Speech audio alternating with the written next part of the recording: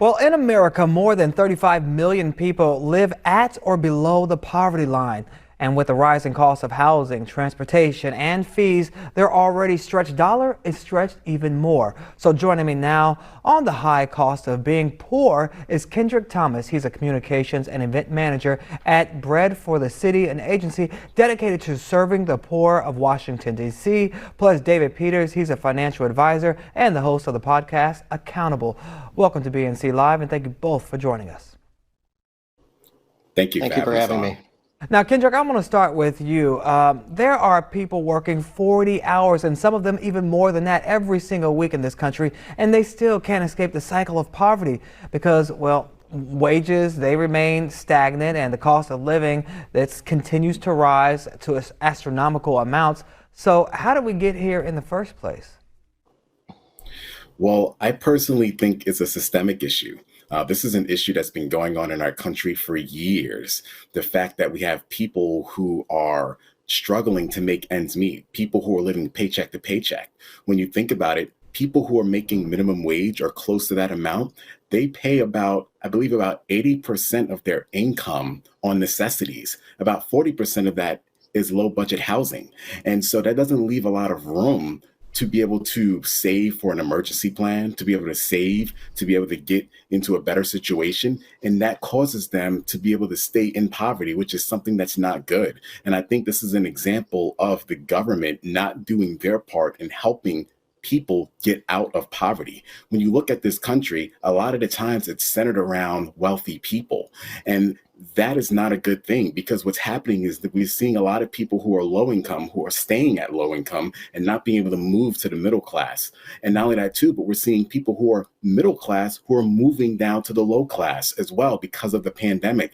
And so this is just an example of the government overlooking the people who are low income and focusing more on the wealthy. Well, you know, David, another thing that's being overlooked by so many people is the higher cost of food when you're poor.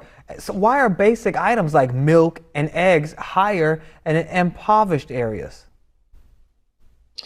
Well, I mean, right now we're in a time when inflation is high, and that is making it so that a lot of times that a lot of those necessities are higher cost.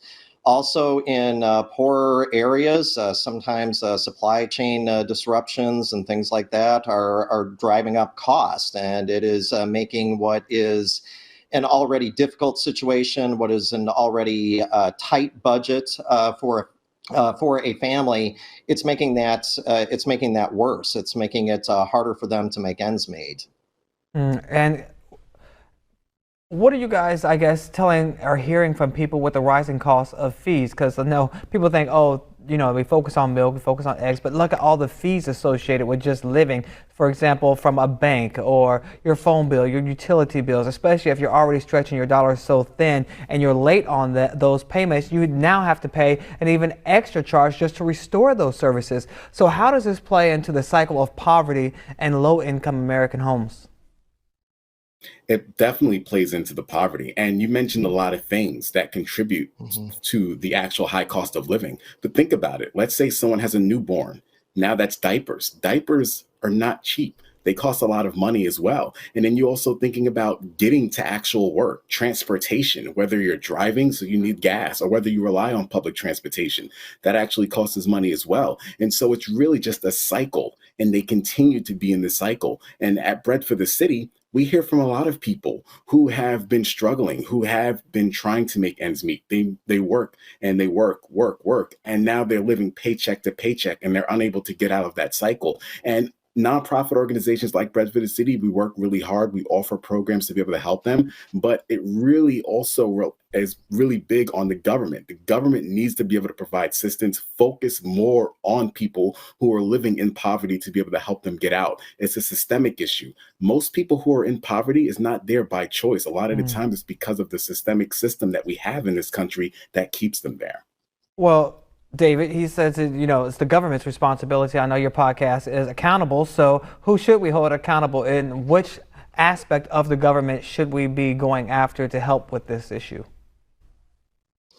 Well, I think that the government is certainly plays a part in that. I also think, though, too, that part of it is that we, as a society, there are things in place that encourage overspending. One of the primary examples that is out there now is buy now. Pay later loans, which essentially allows people to pay for things over time, and it sounds really good. I think because a lot of people they look at big purchases and they say, hey, if it's a $600 purchase and I can pay only $50 now and I can pay the rest over time, well, then I have more money in my pocket. And really, that's not that's not what's happening. What's happening is that you're actually decreasing the cash flow that you're going to have in your pocket in the future, in future months. And so I think that the practices that we see right now in terms of lending, we need more regulation around those practices, and especially buy now, pay later loans. I think that that is one where our laws have fallen behind. And I think just people having a better understanding of what they're spending their money on, I think would also be helpful. All great points. Thank you both so much for joining us on this very important topic.